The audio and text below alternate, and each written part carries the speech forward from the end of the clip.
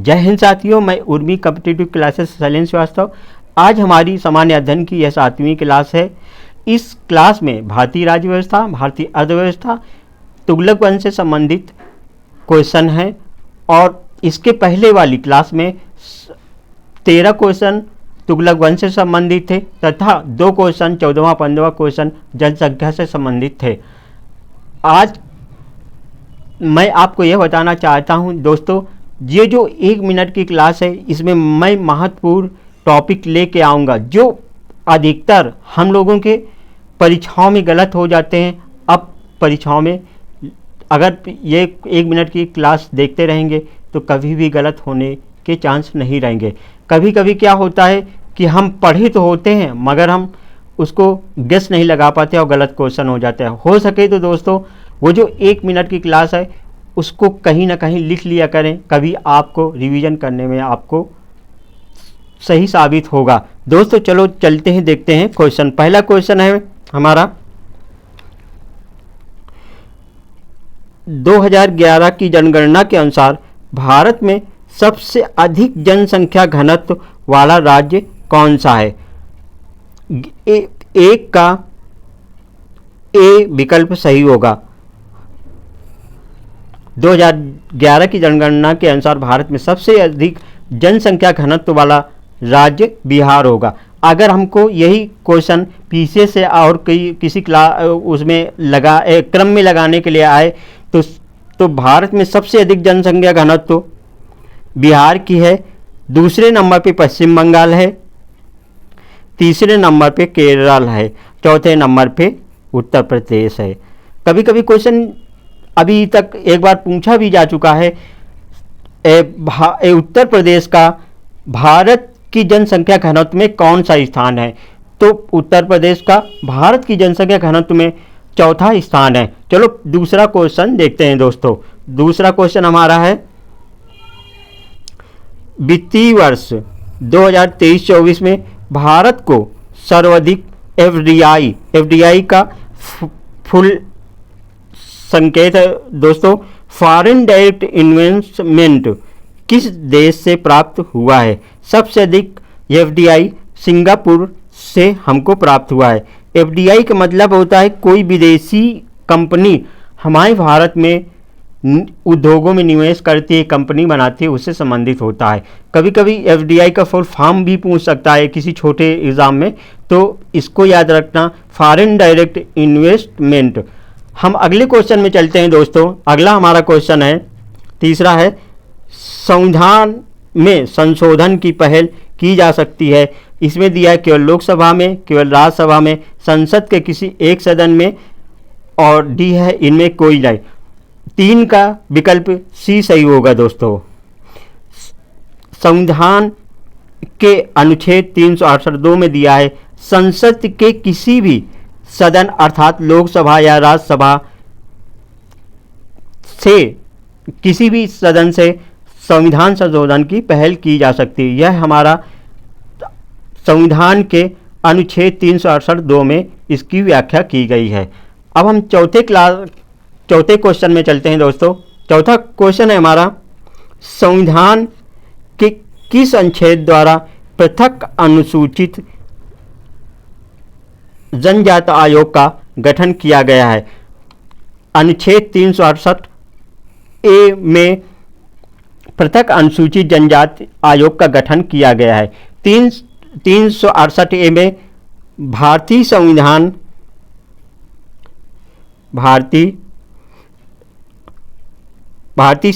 के 89वें संविधान संशोधन माने संविधान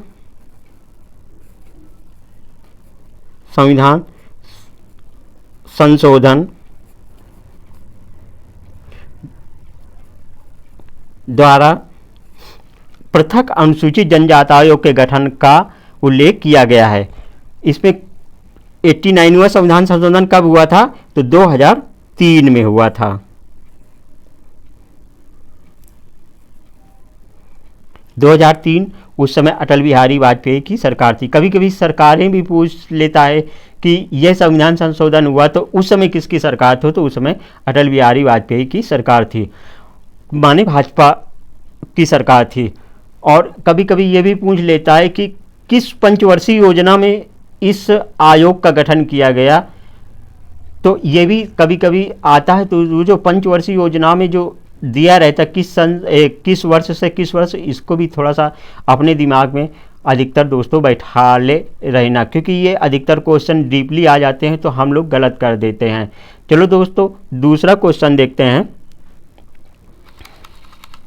हमारा दूसरा क्वेश्चन है, निम्न विकल्पों में गलत युग्म का चयन करें। यूनेस्को पेरिस में ये सही है, विश्व व्यापार संगठन जेनेवा सही है, अंतर्राष्ट्रीय मुद्रा कोष वाशिंगटन ये भी सही है, 5 का डी गलत है।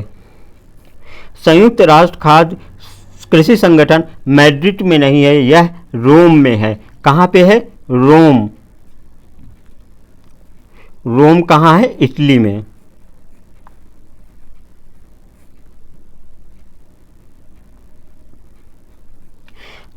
तो हमारा 5 का ABC सही है और हमारा विकल्प डी गलत है। यूनेस्को कहाँ पे है? पेरिस। यूनेस्को का मुख्यालय पेरिस में है, विश्व व्यापार संगठन का मुख्यालय जिनेवा में है, अंतर्राष्ट्रीय मुद्रा कोष का संगठन वाशिंगटन DC में है, और संयुक्त राष्ट्र खाद्य एवं कृषि संगठन का जो मुख्यालय है रोम में होगा।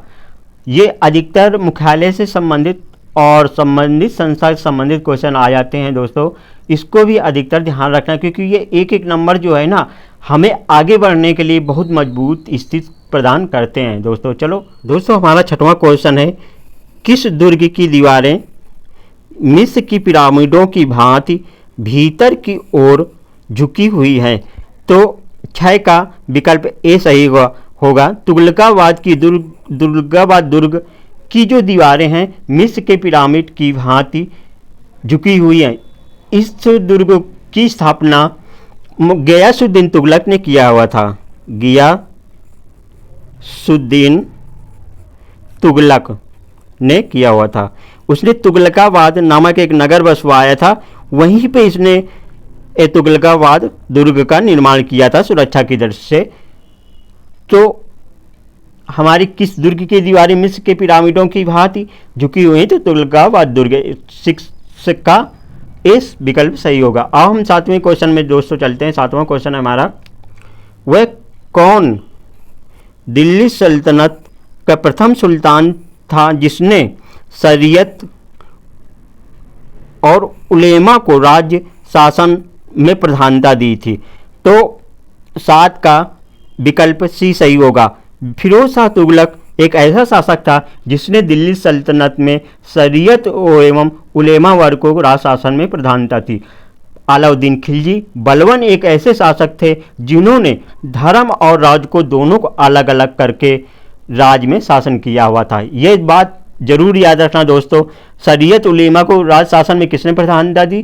तो फिरोज शाह तुगलक ने।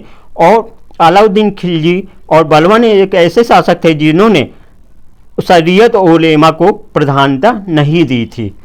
अब हम 8वें क्वेश्चन में चलते हैं दोस्तों।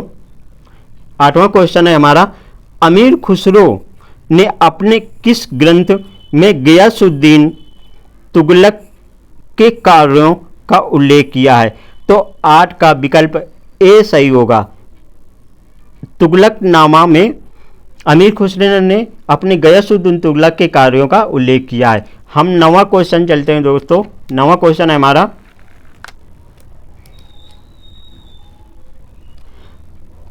भारत का कौन सा मकबरा है जो अष्टकोणीय आधार योजना पे आधारित है? भारत का कौन सा पहला मकबरा है जो अष्टकोणीय आधार योजना पे आधारित है? तो 9 का विकल्प डी सही होगा। खान ए जहां तेलंगानी का मकबरा तुगलक काल में बना था जो अष्टकोणीय आधार योजना पे आधारित है। हम 10वें क्वेश्चन पे चलते हैं दोस्तों। हमारा 10वां क्वेश्चन है, 2 जैन विद्वान जिन प्रभासूरी राजशेखर को किस सुल्तान ने संरक्षण दिया था? तो 10 का विकल्प सी सही होगा। मोहम्मद बिन तुगलक ने 2 जैन विद्वान जिन प्रभा सूरी और राजशेखर को अपने दरबार में संरक्षण प्रदान किया था। अगले क्वेश्चन माने अर्थात 11वें क्वेश्चन में चलते हैं दोस्तों। 11वां क्वेश्चन है दोस्तों, अलाउद्दीन की कठोर नीति के विपरीत किस सुल्तान ने उदारता की नीति अपनाई जिसे वर्णी ने रस्म मियान कहा? तो इसको 11 का विकल्प बी सही होगा। गयासुद्दीन तुगलक ने अलाउद्दीन की कठोर नीति को त्याग के उदारता की नीति अर्थात मध्यवर्ती नीति को अपनाया जिसमें वर्णी ने रस्म मियान उस नीति को कहा था। हम अगले क्वेश्चन में चलते हैं दोस्तों। 12वां क्वेश्चन है हमारा, सल्तनत कालीन सैन्य व्यवस्था का शुभ आरंभ किस सुल्तान ने किया था? सल्तनत कालीन सैन्य व्यवस्था का शुभारंभ किस सुल्तान ने किया था? तो 12 का विकल्प हमारा सी सही होगा। विकल्प बनाने में दोस्तों ये गलत हो गया, ये हमारा सी है, सी सही होगा। सल्तनत का सैन्य व्यवस्था का शुभारंभ इल्तुतमिश ने किया हुआ था। ठीक है दोस्तों, बलबन ने सैन्य विभाग की स्थापना की थी। अलाउद्दीन खिलजी ने एक स्थायी सेना रखने की व्यवस्था की थी। हम अगले क्वेश्चन में चलते हैं दोस्तों। अगला क्वेश्चन है हमारा 13वां, सल्तनत कालीन दिरहम नामक सिक्का किस धातु का बना है? तो 13 का विकल्प ए सही होगा, तांबे का बना है। सल्तनत कालीन दिरहम नामक सिक्का किस धातु का बना है? तो तांबे का, विकल्प ए सही होगा। जो तांबे का जीतल, तांबे, ये भी क्वेश्चन बहुत आता है दोस्तों, तांबे का जीतल और चांदी का टंका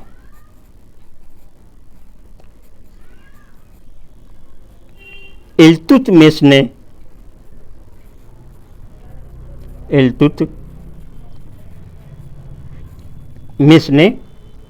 बनवाया था दोस्तों। ये इल्तुतमिश ने इन तांबे का जीतल और चांदी के टंके नामक सिक्कों को ढलवाया था दोस्तों। अब हम अगले क्वेश्चन में 14वें क्वेश्चन में चलते हैं दोस्तों। हमारा 14वां क्वेश्चन है, जौनपुर में कौन सी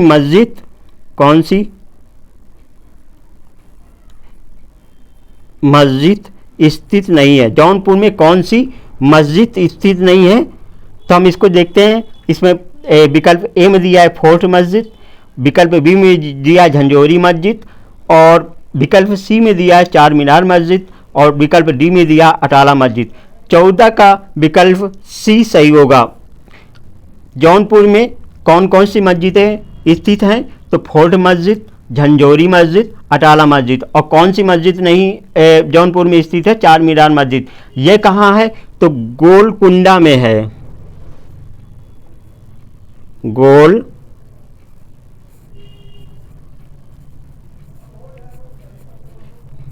में है। ये बीजापुर के शासक ने बनवाया था। अब हम 15वें क्वेश्चन में चलते हैं दोस्तों। हमारा 15वां क्वेश्चन है, उर्दू मूलतः किस भाषा का शब्द है? उर्दू किस भाषा का शब्द है दोस्तों? तो 15 का विकल्प डी सही होगा, तुर्की भाषा का शब्द है। कभी कभी क्वेश्चन हिंदी वाला आ जाता है, हिंदी मूलतः किस भाषा का शब्द है? तो फारसी भाषा का शब्द है। ये भी क्वेश्चन खूब अधिकतर एग्जामों में आता है दोस्तों। उर्दू किस भाषा का शब्द है मूलतः? तो तुर्की भाषा का। हम अगले क्वेश्चन हम चलते हैं दोस्तों। अब अगला क्वेश्चन हमारा होगा 16। हमारे 16वें क्वेश्चन में चलते हैं। ये करेंट का क्वेश्चन है। मई 2024 में भारत सरकार को किस देश के कंकेशुरई बंदरगाह नवीनीकरण परियोजना के अधिकार मिले हैं? तो 16 का विकल्प सी सही होगा। श्रीलंका के सरकार ने मई 2024 में भारत सरकार को कंकेशुरई बंदरगाह नवीनीकरण परियोजना का अधिकार दिया हुआ है। अब हम 17वें क्वेश्चन में चलते हैं। ये भी करंट का हमारा क्वेश्चन है। 6 जून 2024 में जारी रिपोर्ट के अनुसार अप्रैल 2024 में सर्वाधिक जीएसटी संग्रह किस राज्य से हुआ है? तो 17 का विकल्प ए सही होगा। सब सर्वाधिक जीएसटी का संग्रह महाराष्ट्र राज्य से हुआ है और दूसरे नंबर पे जीएसटी का संग्रह कर्नाटका से हुआ है। तीसरे नंबर पे जीएसटी का संग्रह तमिलनाडु राज्य से हुआ है। जो आंकड़े हैं उसके अनुसार अप्रैल 2024 में सर्वाधिक जीएसटी का संग्रह सबसे पहले महाराष्ट्र में सबसे ज़्यादा हुआ है, इसके बाद कर्नाटका में हुआ है, तीसरे नंबर पे तमिलनाडु है। थोड़ा जीएसटी के इतिहास के विषय में हम देख लेते हैं। जीएसटी भारत सरकार द्वारा 1 जुलाई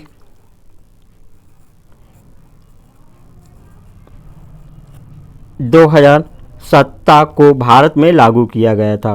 कब लागू किया गया था तो 1 जुलाई 2017 को लागू किया गया था। भारतीय संविधान संशोधन 101वें संविधान संशोधन द्वारा इसको लाया गया, जीएसटी को। संविधान संशोधन भारत में लाया गया। ये दोनों ही क्वेश्चन बहुत इंपॉर्टेंट है, हो सकता आ जाए क्वेश्चन में। जीएसटी सर्वप्रथम भारत में कब लागू हुआ था? 1 जुलाई 2017 को। और किस संविधान संशोधन द्वारा भारत में जीएसटी लाई गई? तो 101वें संविधान संशोधन द्वारा। और अप्रैल 2024 में सर्वाधिक जीएसटी संग्रह किस राज्य से हुआ है? तो महाराष्ट्र से, दूसरे नंबर पे कर्नाटका से, तीसरे नंबर पे तमिलनाडु से। अब हम अगले क्वेश्चन में चलते हैं। अगला विकल्प 18वां क्वेश्चन है, निम्नलिखित विकल्पों में गलत युग्म का चयन करें। विश्व वन्य जीव दिवस 3 मार्च, ये सही है। विश्व तंबाकू रोधी दिवस 30 मई को नहीं है, ये 18 का भी गलत है, ये 31 मई है, 31 मई। राष्ट्रीय सांख्यिकी दिवस 29 जून, ये सही है, विकल्प सी सही है। राष्ट्रीय सांख्यिकी दिवस पीसी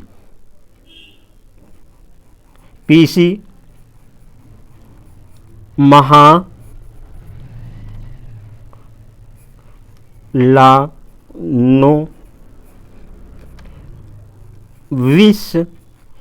के जन्म दिन के अवसर पे मनाया जाता है। राष्ट्रीय सांख्यिकी दिवस 29 जून को मनाया जाता है। किसके जन्म के अवसर पे? तो पीसी महालनोबिस के जन्म के अवसर पे। ये क्वेश्चन पूछ सकता है। राष्ट्रीय सांख्यिकी दिवस 29 जून को मनाया जाता है, किसके जन्म के अवसर पे? तो पीसी महालनोबिस के अवसर पे। ये एक सांख्यिकीविद थे, सांख्यिकी के विद्वान थे। और इसका 18 का विकल्प डी देखते हैं। ओजोन परत संरक्षण दिवस 16 सितंबर को मनाया जाता है। हमारा 18वें में विकल्प भी गलत है और जो ए सी डी है विकल्प वो सही है। इस तरीके के क्वेश्चन दोस्तों बहुत पूछता है, पुलिस से लेकर सभी में अधिकतर पूछ लेता है, सभी परीक्षाओं में पूछता है। इसलिए इससे कम 30-35 पॉइंट रख देंगे, 19 में से कोई ना कोई क्वेश्चन आपका सारे के सारे क्वेश्चन इसमें फंस जाएंगे, दिवस से संबंधित क्वेश्चन फंस जाएंगे। कभी कभी जैसे विश्व वन्य जीव दिवस है, इसकी थीम पूछ लेता है। मुख्य थीमों को भी अपने क्वेश्चन आंसर में हम लगभग रखने की कोशिश करेंगे। अब हम अगले क्वेश्चन में देखते हैं दोस्तों। 17वां क्वेश्चन है हमारा, राष्ट्रीय आपात काल में लोकसभा की अवधि कितने दिनों के लिए बढ़ाई जा सकती है? तो हमारा 19 का सी सही होगा, विकल्प सी सही है। आपातकाल की समाप्ति तक बढ़ाई जा सकती है, लेकिन एक समय में केवल 1 वर्ष तक ही बढ़ाई जा सकती है। 19 का विकल्प सी सही है। इसमें राष्ट्रीय आपातकाल में लोकसभा की अवधि आपातकाल समाप्ति तक बढ़ाई जा सकती है, लेकिन एक समय में केवल 1 वर्ष तक बढ़ाई जाती है। अगर आपातकाल खत्म हो जाता है तो 6 महीने के अंदर अंदर लोकसभा के चुनाव कराना जरूरी हो जाता है। हम 17वां क्वेश्चन, हम अपने 20वें अंतिम क्वेश्चन में चलते हैं दोस्तों। हमारा 20वां क्वेश्चन है, राज्य वित्त आयोग एक, इसमें दिया है संवैधानिक संस्था है, असंवैधिक संस्था, विधिक संस्था है। 20 का विकल्प ए सही होगा। हमारा राज्य वित्त आयोग एक संवैधानिक संस्था है और ये आर्टिकल अनुच्छेद 243 झा के अंतर्गत संविधान में राज्य वित्त आयोग का उल्लेख है। राज्य वित्त आयोग ग्राम पंचायतों, नगर पालिका और नगर परिषद आदि के विषय में जो वित्त से संबंधित कार्यों को देखता है। दोस्तों आज मेरे ये 20 क्वेश्चन ख़त्म हुए। दोस्तों ये 20 क्वेश्चन आपको कैसे लगे, इनके विषय में कमेंट करके आप बताएं। मेरी जो कमियां हैं दोस्तों उनको ज़रूर से ज़रूर कमेंट के माध्यम से बताएं, जिससे मैं अधिक से अधिक सुधार कर सकूं। तुगलक वंश के विषय में जो क्वेश्चन आ सकते हैं उनको मैं रखा हुआ हूं। अगले क्लास में भी तुगलक वंश के विषय सारे क्वेश्चन रखूंगा। अगला जो क्लास होगा उसमें हम जो होंगे मिक्स क्वेश्चन होंगे। मिक्स क्वेश्चन रखने से फ़ायदा ये होगा, जैसे हमने इसमें स्थापत्य कला के रख दिए, विभाग से संबंधित दिल्ली सल्तनत के रख दिए, इस तरीके के क्वेश्चन रखेंगे। इससे आप लोगों का भी विवेक खुलेगा कि इस तरीके के भी क्वेश्चन आ सकते हैं। चलो दोस्तों, मेरे जो भी क्लास में त्रुटियां हुई हैं या जो गलतियां हो रही हैं उनको आप कमेंट के माध्यम से मुझे ज़रूर से ज़रूर बताएं दोस्तों। और मेरे क्लास को शेयर करें, लाइक करें, सब्सक्राइब करें। दोस्तों मेरी वीडियो देखने के लिए आपको जय हिंद साथियों। देखने के लिए बहुत बहुत धन्यवाद और जय हिंद साथियों, नमस्कार।